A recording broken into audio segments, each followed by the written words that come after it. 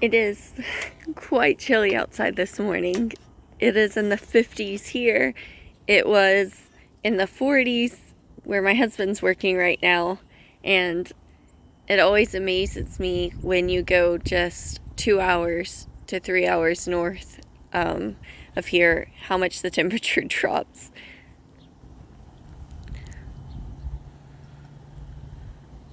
Although I will say, because we have so much humidity and it's always so high, it feels so much colder than it is.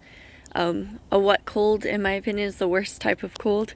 When I was working in Arkansas, it was so different. When it was 27 degrees, it felt warmer than it did here when it was 50 or 60 because it was much drier where we were at, and that was a big surprise for me. See, the chickens are figuring out their pecking order, and the roosters still haven't been dispatched. I grabbed everything I needed to clean the chickens and realized that I forgot the necessary parts that I needed to dispatch them. So, the meat chickens are still here. The roosters have seemed to calm down a bit, which is nice. But you can definitely see, whether it's the hens or the roosters, they are much crankier than the other birds. But it looks like the hens, since they've been here, are actually filling out a little more in the breast area, because all of the red chickens that you see are our meat chickens. And then those little ones on there are Americanas, and then these white ones are very obviously meat chickens, but most people are familiar with those. Now, I want to go back here. It's going to get a little shaky for me walking towards the back of the property, because we had an issue where one of the Orpington chicks passed away this morning.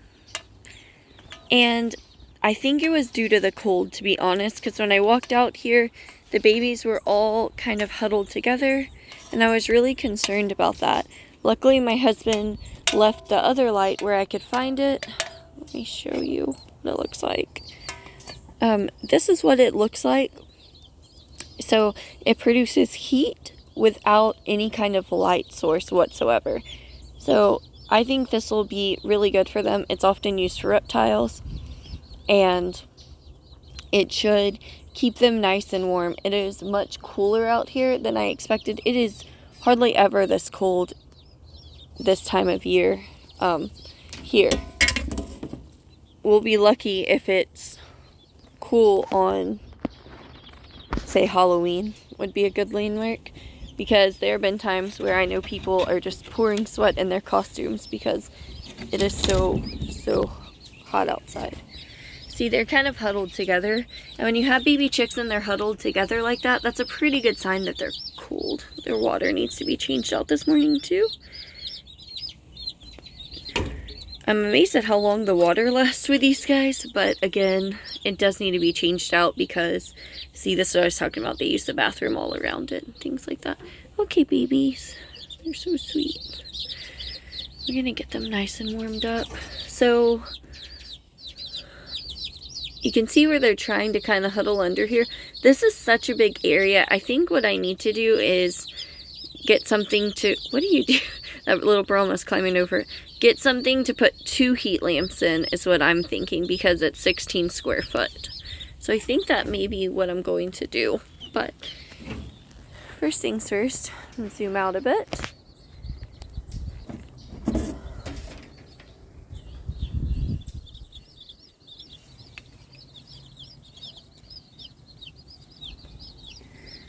So the cool thing about these heat lamps is that this one I zip tied on there, to be quite honest. But they just kind of go into things. I cannot do this with one hand, as it turns out. Alright. Struggling to find a good place to hang it, or to put the phone, not the lamp. I'm thinking I may hang this lamp over here. I really don't want it where it is kind of shining on their water, so I might have to move their water. But this is just such a good spot for it. Let's see. I honestly might have to drill some holes. I'm trying to clip the lamp at the very top of this. It's not quite a mess. One sec. Okay, so if I can figure this out, I really want to kind of clip it up here on this bar right here. Tricky part about using the IBC containers with the way that we set up the wire door is kind of getting everything to fit where it's still going to close. And also with the shavings, the last thing I want is for something to happen and for some reason this to knock loose and it end up setting it on fire, which can happen. And I don't think it's something that we talk about nearly enough, or it's something that we downplay a lot, but it can happen and that can be extremely dangerous. So the upside is that the way that I built this, there's actually a little space right here in between the bars and the wire. I'm thinking I can just pull this cord right through. So this light is pointing in a different direction. And it's ran through the wire, so I think that's going to make quite a bit of difference. I'm going to move the stone that their water sets on kind of over to where they were laying so that they can get under the heat lamp a little bit better. I know these guys have to be pretty cold because I'm wearing a jacket. It's significantly colder outside than it has been previously. So now the big thing is going to go ahead and hook this light up. Well, actually, let me run the cord kind of through these bars so it's out of the way. So the big thing is, I think, I have a splitter for electricity, and that's what I'm going to use to plug it in. For now, I'm going to unplug this other light, or turn it off, and plug this one in its place while I go get that adapter. We previously had electricity ran out here, but we unhooked it from the chicken coop and hooked it up to the cabin. Okay. Yeah, it's already heating up pretty good. Actually,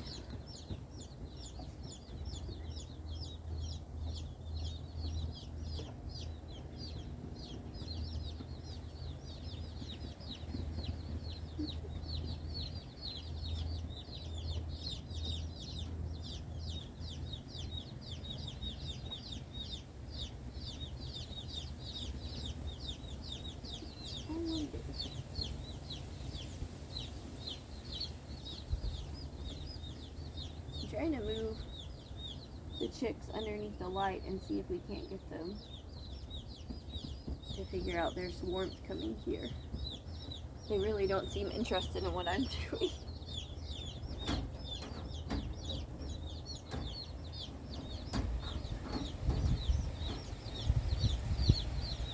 Okay, so that's hooked up.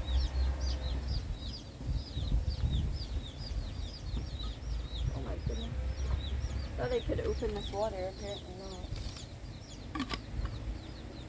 Here. I'm going to set this board in front of it just to keep the draft off of it. It's pretty windy today.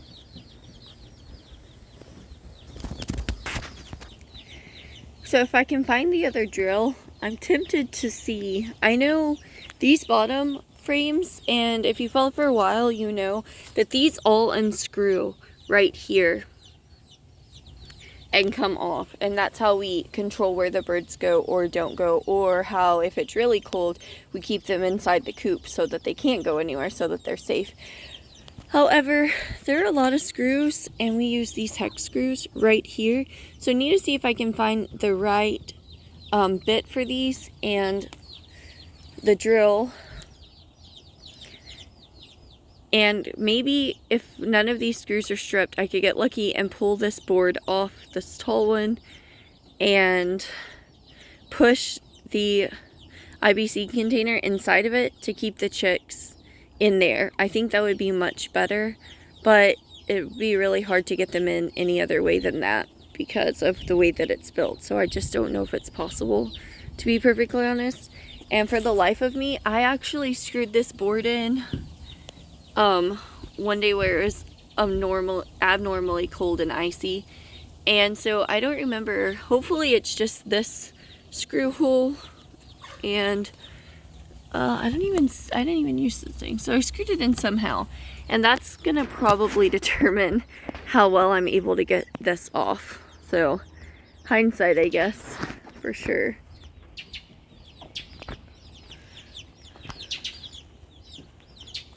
Alright, so still kind of huddled in the back. It's like they haven't realized that I turned on a different light and they're freaking out. This is what I was talking about. I honestly don't know exactly what it's called, but this is what I'm going to use.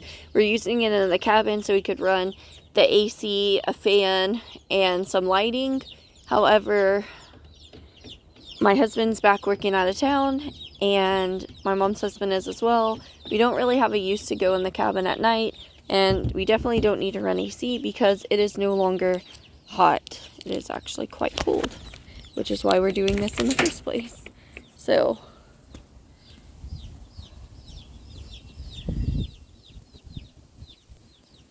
okay, so I just connect. Oh goodness, here we go.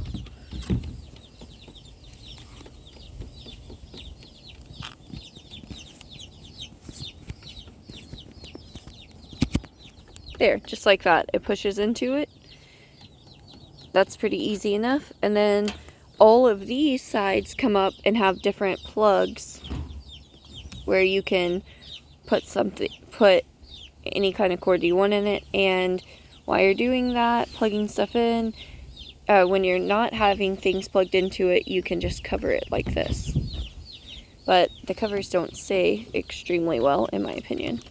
So I'm just going to push this in between the metal bars right here and add both of the heat lamps to it is what I'm going to do now. Because I think as chilly as it is and as big as this container is, where it's located, we actually need both lamps. I don't think that one is going to cut it at all. That is my opinion.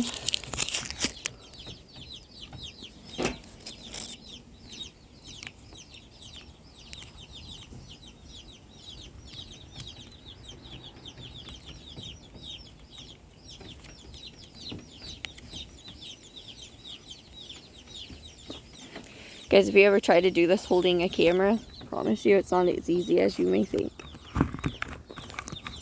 Actually, something's up with this plug. It's actually a little tighter and harder to push the plug into than the other one was, so whatever that's about. And that's it. So everything should be good to go. Let's pull this back. You know what? It's not, because I didn't turn the light back on. So one of these has a button to turn it on and off, and the other one doesn't.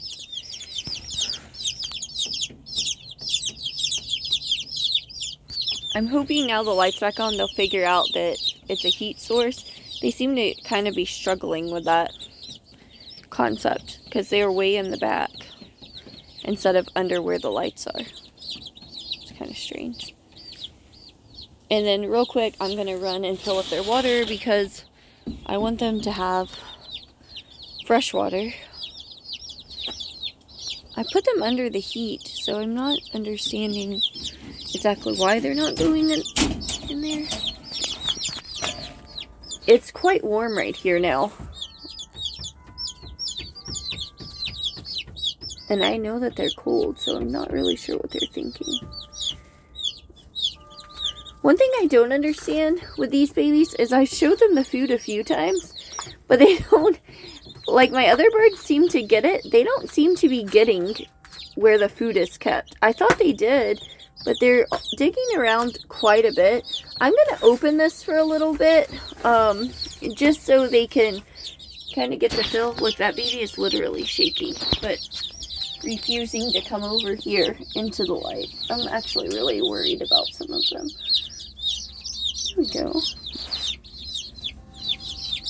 I'm just currently grabbing the babies and showing them where the heat source is. The ones I can reach anyways. Hopefully with these guys over here, they'll figure it out fairly quickly. It is a lot warmer with this light in. A whole lot. And I'm gonna push this feeder way off in the back.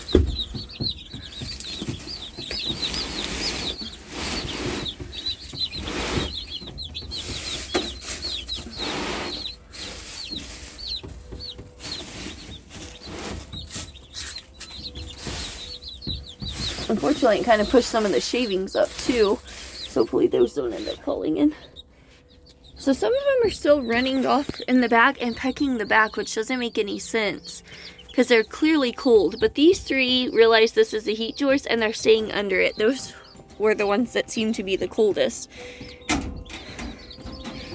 I usually don't have this kind of issue with baby chicks. They usually, you show them their food, you show them their water, show them a heat source, they're good. These guys don't seem to get it. And I wonder if it's because they were in a really large building when I got them that basically stayed 100 degrees at all times. Whenever I walked inside of it, I was in shorts, I think, and a t-shirt that day. I came out soaked in sweat after picking up these baby chicks and seeing where he was breeding them. And I think that makes a big difference. So, see, I think they were struggling to figure out the food, even though I did show them where the food is and how that works. Now they're over there eating happily, and these three are nestled under the heat. So, I think that may play a part in everything that's been happening. I'm a little surprised because, like I said, usually you show the baby chicks their food and it's not that big of an issue. And I know that they've been eating because the food was almost empty yesterday, but maybe some of them aren't getting the memo and they're struggling to figure it out. So hopefully whatever's going on, you guys can learn from my mistakes or my lack of knowledge, because as many baby chicks if we raise and ducklings, this is just one issue that I've never had. Usually they just kind of figure it out after I show them, no problem.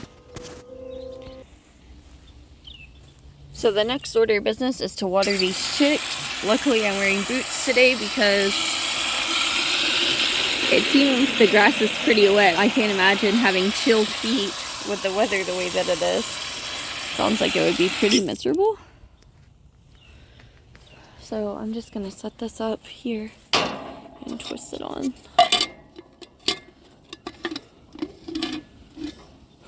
And of course I'm not twisting it on evenly. This is one of those mornings. I'm ready for coffee. I tried to make some this morning and the coffee maker is completely busted. And most of the time I use a French press to make my coffee in the mornings. I like to make a cold brew, pour it over ice, so I make it incredibly strong so that it's not watered down. However, I think today it might be a little chilly for iced coffee outdoors. And unfortunately, the French press is in the camper where my husband's working. So that's way too far of a drive for coffee.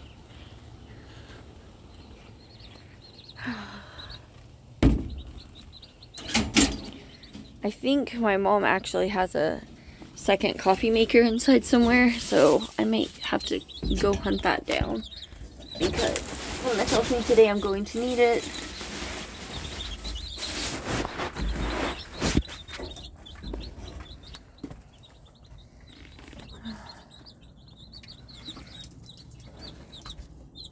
Usually I get up before everyone else, come out here and do farm chores. This morning my daughter was up by 7 a.m. so makes it a little more difficult to kind of get everything done.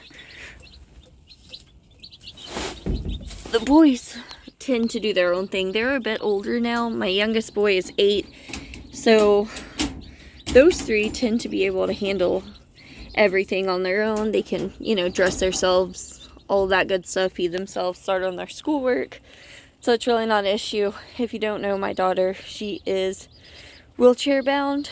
so she needs a little more help, and 2 days a week she has therapy. So after I get everything settled, I need to wash up and start going inside, getting her dressed and ready for that. And this actually, the 2 lights, look, they seem to make a big difference, because now only these 2 are staying under here. Remember, that yellow one was the one that was shaking. It was pretty cold. The rest are kind of eating and spread out sleeping, which is a good sign, because if they're all huddled together sleeping, that usually means they're really cold. If they're spread out, they're okay. And the 2 that are the closest to the heat are the smallest. So I'm thinking these, based off of their feathers, have hatched over 2-week periods. They're not all the same age, which would explain why some are struggling so much compared to the others with the cold weather. So now there's 2 heat lamps in there. One's far off and pointed slightly different directions, so over here on the right they can get under the heat behind this water without it being too strong. And then there's one that's more concentrated right here, and that way they can get under that heat lamp. It does not produce light, but that will let them stay warmer, I think. I didn't account for the fact this is such a big, huge brooding area, and I usually use a rabbit hutch or cage inside of the coop. That's what I was previously using, so it makes quite a bit of difference. It looks like these guys over here, these are the white broilers, they're also being affected by the cold because they came inside and kind of huddled up next to each other. Now these guys generate a ton of heat, but they are very cool today. Luckily, this allows air at the very bottom of the coop, so it is a little drafty, but it's actually not cold in there. It stays quite a bit warmer than it does outside inside of the coop, which is really, really nice. I don't want to open the door and disturb them because they seem pretty content. You can see one of our Americana hens right there. She's decided to come in. One of the red meat birds actually just look, she's inside resting. So we have 7 of these all hanging out in here. And when my husband comes home on Friday, he'll bring everything else with him. So likely Saturday I will spend the day processing these 7 chickens and possibly the rest of the red meat chickens, but for sure probably those 2 roosters. And honestly, roosters are usually larger, so if we start with the more aggressive rooster, we'll actually be able to tell if it's worth it to continue processing these meat hens or if we need to give them more time, because you can just see the sheer size difference between the Cornish cross right now and that red broiler. There is a huge difference. We're talking about a 4-month-old red broiler versus 7.5, almost 8 weeks old Cornish crosses. So there is a huge difference in what they produce. So this week I'm going to be getting in this area and kind of cleaning up, because you can see it's kind of divided into 2 sections. That's just a low fence, so we could put some of the broilers in here. And this plastic needs to be gotten out. It broke some time ago. And then there's just so many other things to do with gardening season comes. The poor cabin has basically been turned into a storage unit, so I need to get a lot of that stuff reboxed and put in our actual storage unit. And then I am going to hardcore have myself and my siblings and my children working on that garden, because it is cool weather. It is the perfect time to plant crops, kales and lettuce and everything else, things that we actually eat a whole lot of, but we can't grow successfully outside of spring and fall here. So that's going to be my main focus, just getting things going, and I can't wait to show you guys that. So thanks for checking out everything going on with the baby chicks. I know some of the footage is a little wonky, but still I want to show what's going on. Maybe it can help someone else, or maybe it can help me in the future, seeing what I've done and maybe some of my mistakes that I've made. in case you're wondering what I'm doing, I'm watching the broilers to see what they're doing. So thank you guys again. I'm gonna head out, get the baby ready for therapy. That's gonna occupy my time until about 11:30 to 12, and then it'll be lunchtime, getting everyone else set up, helping them with any schoolwork they need us help with, that they can't do independently, and then outside to work in the garden. So just as my day begins, it's already ending. It goes so quickly.